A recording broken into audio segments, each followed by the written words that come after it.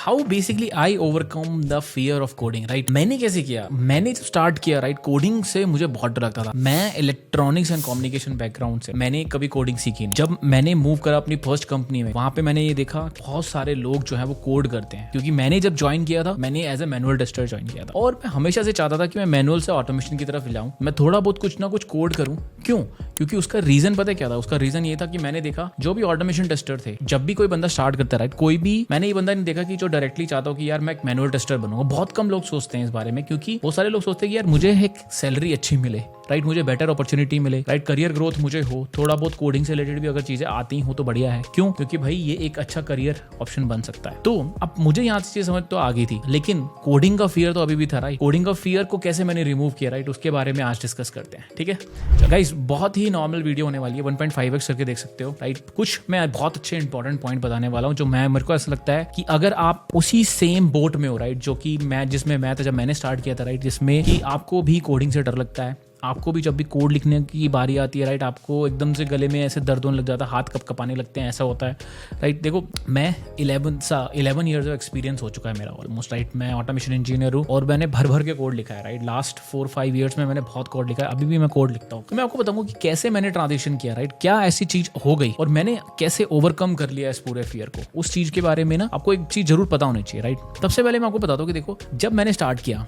Right, तो मुझे भी डर लगता था। मुझे डर लगता था यार कि अगर कोडिंग नहीं आएगी तो क्या मैं कुछ एक पर्टिकुलर सैलरी पे पहुंच पाऊंगा, नहीं पहुंच पाऊंगा। क्योंकि मैंने देखा था जो मेरे साथ लोगों ने स्टार्ट किया, कुछ लोग डेवलपर बन गए, कुछ लोग ऑटोमेशन में चले गए, राइट, कुछ लोग सपोर्ट में थे, ठीक है, जो सपोर्ट में थे उनकी बात तो ठीक है, बाकी सब लोग थोड़ा बहुत कोडिंग में रिलेटेड थे और मैं इलेक्ट्रॉनिक्स से communication background, non IT background से, क्या मैं कर पाऊंगा ये चीजें, मुझे बहुत डाउट था, राइट। तो मैं आपको बताता हूँ कि देखो कैसे स्टार्ट कर सकते हैं। सबसे पहले मुझे लगता है कि आपको ना एक प्रोग्रामिंग लैंग्वेज चूज करनी पड़ेगी जो आपको लगता है ईजी हो। देखो अब बहुत से लोग सोचते हैं कि यार प्रमोद सर हम जावा से स्टार्ट करें या पाइथन से स्टार्ट करें। मुझे ऐसा लगता है कि देखो मैंने पाइथन से स्टार्ट किया था, मैं आपको सच बताता हूँ इस मामले में। अब कैसे स्टार्ट किया, तो जब मैंने पाइथन से भी नहीं स्टार्ट किया था, मैंने एक्चुअली वीबी स्क्रिप्ट से स्टार्ट किया था। क्या हुआ कि जब मैं पहली जॉब में गया मैनुअल टेस्टर, राइट, मैंने एमएनसी ज्वाइन करी एसेंचर, वहाँ पे बहुत सारे यूटिलिटीज होती थी। मतलब हम सुबह सुबह 9 बजे पहुंच जाते थे, 9 से 5 की जॉब होती थी और वहाँ पर हमें कुछ ना कुछ जैसे छोटे मोटी चीजें करनी पड़ती थी। मतलब जैसे बहुत सारे रिपीटेड टास्क होता था कि ये वाली एक्सेल फाइल का डेटा थोड़ा बहुत उधर के लेके जाओ, क्योंकि मैनुअल टेस्टर थे, राइट, तो बहुत सारी चीजों में मैनुअल टेस्टिंग का पार्ट होता था। वहां से मैंने क्या देखा कि बहुत से लोग क्या कर रहे हैं, वीबी स्क्रिप्ट में ना कुछ कोड लिख रहे हैं और अपनी लाइफ को थोड़ा इजी कर रहे हैं। मतलब कुछ जो रिपीटेटिव टास्क है, हमें यहाँ से फॉर्मुलाज उठाने हैं, वहां पे फॉर्मुला लगाना है, कुछ लुकअप लगाना है, राइट, बहुत सारी चीजें टेक्निकल होने लगी। तो वो चीजें मुझे बहुत इंटरेस्टिंग लगने लगी, मैंने करने लग गया। फिर मुझे एक आइडिया आया कि यार क्यों ना इस चीजों को पाइथन से करें, ठीक है। तो हमने क्लाइंट का अप्रूवल लिया, क्या हम पाइथन फ्री लैंग्वेज को यूज कर सकते हैं। क्लाइंट का अप्रूवल आ गया तो उन्होंने कहा कि यस आप पाइथन में यूज कर सकते हो कोई भी चीजें हो तो, राइट। फिर हमने उनके सिस्टम्स में, क्योंकि हम क्लाइंट के लिए क्लाइंट को रिस्पॉन्ड करते हैं, राइट, तो हमने उनके सिस्टम्स में पाइथन वगैरह यूज करने लगा।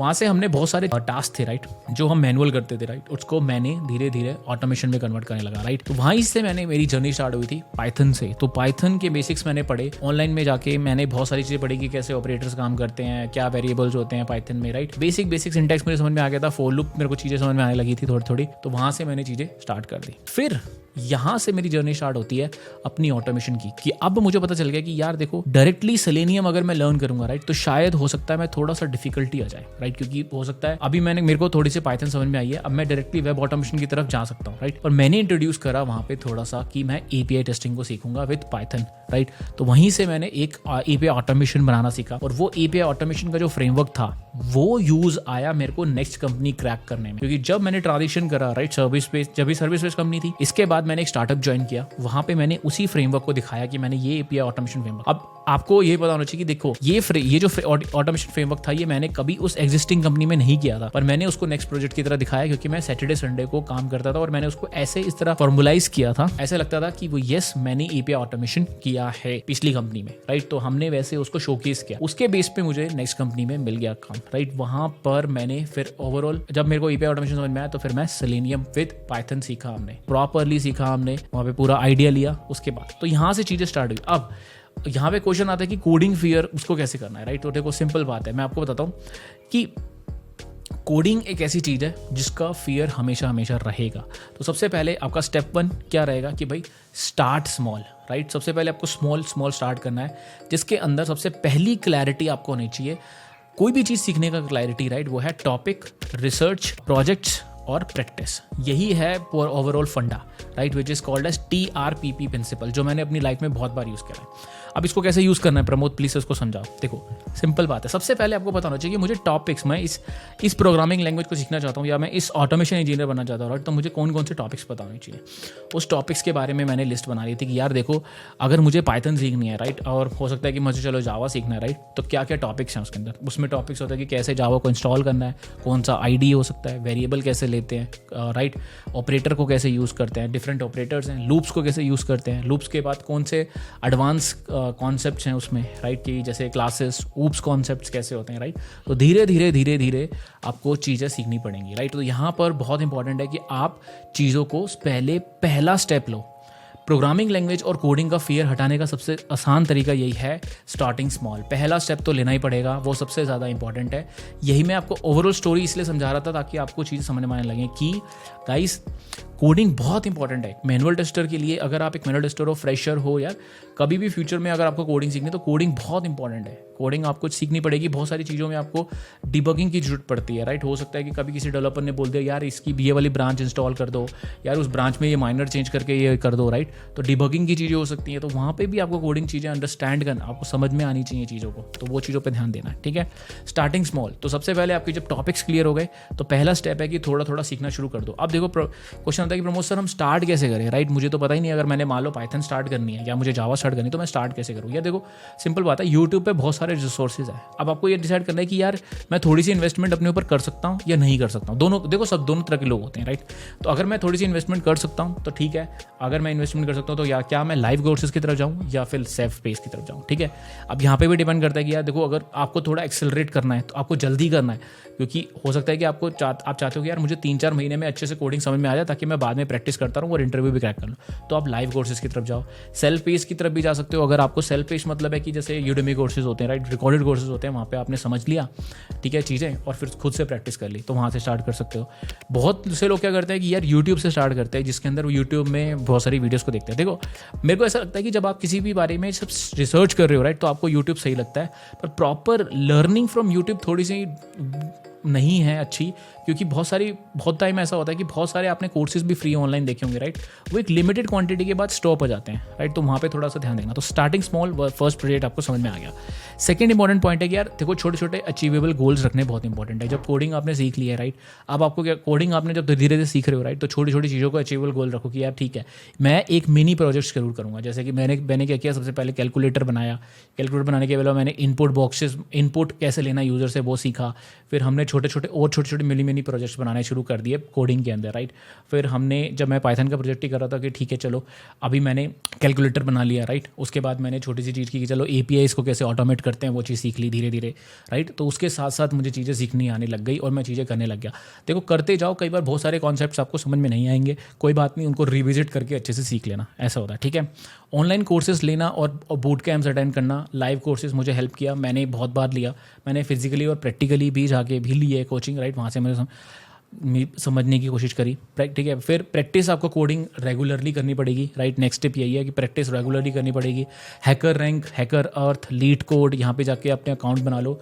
इजी चैलेंजेस जितने भी मिलते हैं, राइट, उसमें पाइथन में या जावा में, जो सी लैंग्वेज में आप करना चाहते हो वहाँ से आप स्टार्ट करो, समझो, राइट। थोड़ा टाइम लगाओ। कई बार ऐसा भी हुआ था कि मैंने एक प्रोग्रामिंग क्वेश्चन में करना चाहता था, मैं 2 दिन तक सोचता रहा कि सिंपल कैसे होगा, और फिर मैंने जब उसका सोल्यूशन देखा तो यार ये तो बहुत ही ईजी था, ये तो 15 मिनट का था, मुझे 2 दिन लग गए इसको सोचने में। कोई बात नहीं यार, लेकिन आपने दिमाग तो चलाया, आपको समझ में आया, आप सोल्यूशन पे आए ना, वो ज़्यादा इंपॉर्टेंट है, ठीक है। तो वो चीज़ें हुई।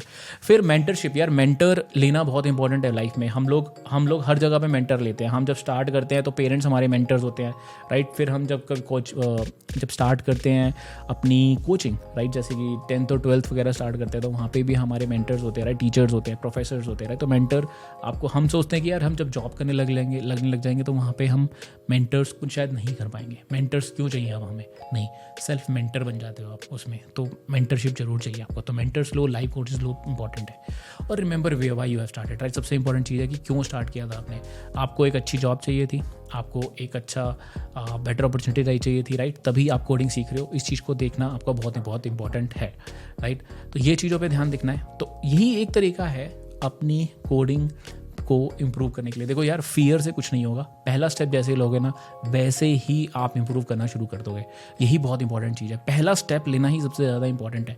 ये छोटी सी वीडियोस आपने 8-9 मिनट में जब देखी, राइट, आपको मैं बताता हूँ, मैंने आपको थोड़ा सा पुश किया है कि पहला स्टेप लेना। अब सबसे ज़्यादा एक्शन आइटम पता है क्या आपका, जाओ यूट्यूब पे लैंग्वेज सेलेक्ट कर लो कि यार चलो मुझे पाइथन सेलेक्ट करनी है, मैं पाइथन शुरू करूँगा। टॉपिक्स की लिस्ट बनाओ, टॉपिक्स की लिस्ट में आपको चलो एक डिस्क्रिप्शन में देता हूँ पाइथन की और जावा की दोनों की, उनको नोट डाउन करो और उनको सर्च करना शुरू करो इंटरनेट पे। जैसे ही पहला स्टेप ले लोगे ना, चीजें अपने आप आसानी शुरू होनी चाहिए। यही तरीका है और कोई भी तरीका नहीं है। This is how I have overcome my coding fear. I hope this will also help you. यही अप्रोच है, इसके अलावा कोई अप्रोच नहीं है, कोई शॉर्टकट नहीं है, कोई भी तरीका नहीं है कोडिंग का फियर को ओवरकम करना। ठीक है, 100% कर पाओगे। बहुत सारे स्टूडेंट्स ने, मैं ऑलमोस्ट 6000 प्लस स्टूडेंट्स को पढ़ा चुका हूँ। बहुत सारे मेरे पास नॉन IT लोग आते हैं, फ्रेशर्स आते हैं कि सर मेरे को बहुत डर लगता है कोडिंग में, और आजकल मैंने उनको देखा है वो ऑटोमेशन इंजीनियर हैं, अच्छे से काम कर रहे हैं, चीज़ों को कर रहे हैं।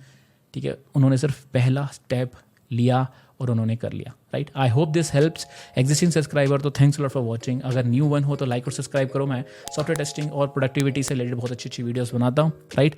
लाइक और सब्सक्राइब जरूर करके जाना। और कोई क्वेश्चन है related to coding, comment down below. कैसी लगी वीडियो, अच्छी लग रही है this kind of videos, just एक येस लिख देना छोटी सी वीडियो की, येस प्रमोद सर अच्छी लग रही है video, this kind of videos जिसमें आप पर्सनल एक्सपीरियंस बता रहे हो, पर्सनल क्वेश्चंस बता रहे हो। ठीक है, मिलता हूँ अगली वीडियो के अंदर, बाय बाय।